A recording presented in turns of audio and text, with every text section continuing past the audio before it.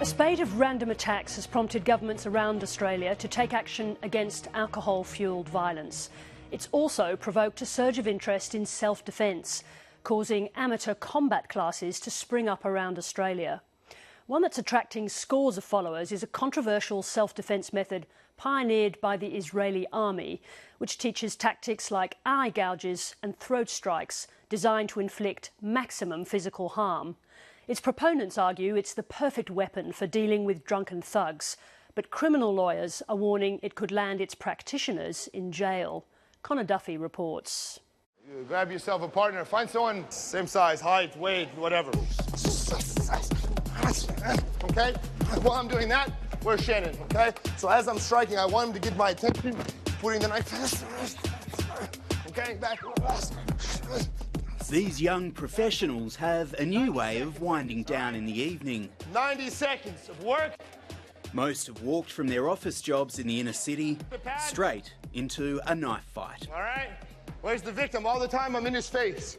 I'm in his face with the pad, I'm in his face. Hands, legs, headbutts. It's part of a boom in self-defence as Australians try to arm themselves against unprovoked attack. Here they practice Krav Maga, Hebrew for contact combat. If it looks like they're preparing for war, there's a good reason. Krav Maga was designed in the 1930s to protect European Jews from fascist attacks. Later, it became mandatory in the Israeli army. Hands to the inside, hands to the inside. Come on, 30 seconds. We're training civilians to protect themselves from common forms of violence. And whether that knowledge was gleaned in 1930s Europe, anti-Semitic riots in Europe, whether it was gleaned from conflicts in the Middle East, it's irrelevant to me. I mean, if the techniques are effective and they're legal and they work, then I'm comfortable using them and I'm comfortable teaching them.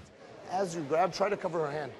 Head instructor Alex Trafton worked as an Israeli military contractor. A few years ago, Krav Maga was unheard of here. Now new schools are opening right around the country. Now, deliver the punch, okay? It can look brutal, it certainly can. But if you look at what the need for Krav Maga is, it's these king hits and king's cross. There's a 17 or 18-year-old kid who's now dead because of this. Ask him if he would have liked to be able to punch the guy in the throat first or be able to kick him in the groin first. And I think at this point, the options are clear. Krav Maga doesn't just teach people to go for the throat, but also the eyes, neck and groin, and to hit them hard. You need to target vulnerable areas, be very aggressive in your counterattack to disable that person. That is the fundamental principle of Krav Maga. Our fist, palm heel strikes, elbows, headbutts, knees, and kicks. Online videos for Krav Maga also teach how to break bones.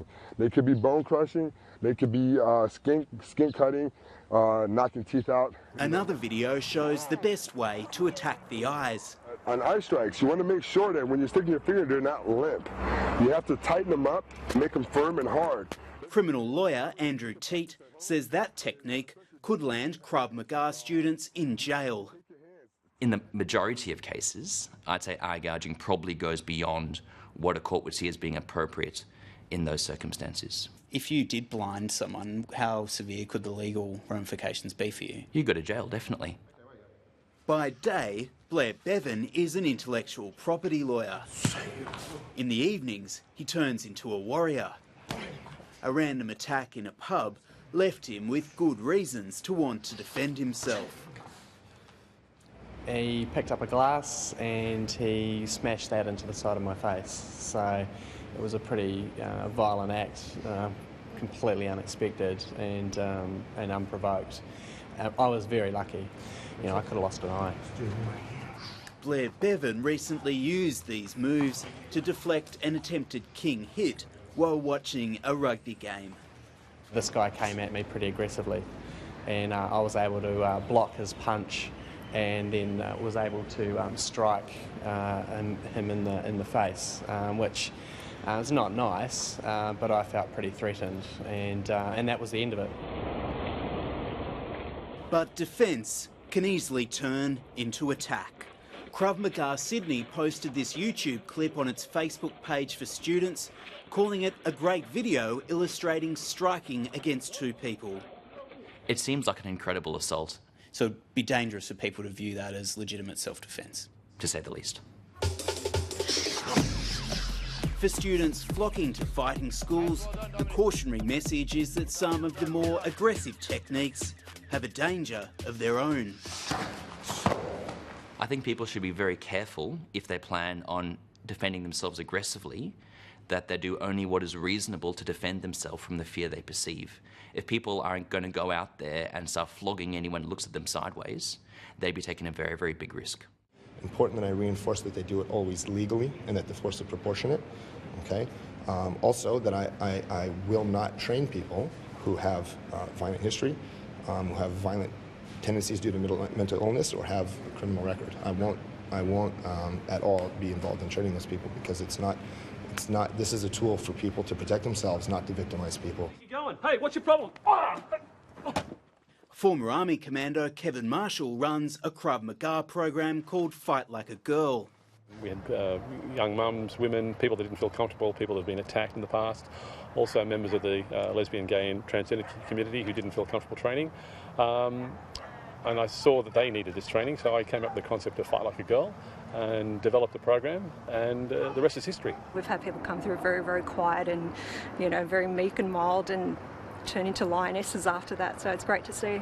Seriously, what's the problem?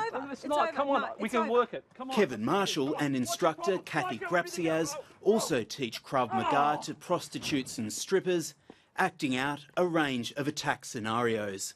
That's a very misaligned and marginalised group in the society, and the people that really need self-defence skills. Those women are in high-risk occupations, and they sometimes really are in the real risk of danger. I remember when I initially spoke to the people from SWAP, Sex Workers Outreach Program, the president had to cancel our meeting because one of her workers was killed the night before. And back at the Krav Maga school, Alex Trafton realises the power that comes with violent skills and is also tailoring his program. Let's go, come on! I certainly wouldn't intentionally inflict lasting harm on someone, but if that was the result of their choice to try and kill me or seriously injure me, then I would be able to live with that. Connor Duffy with that report.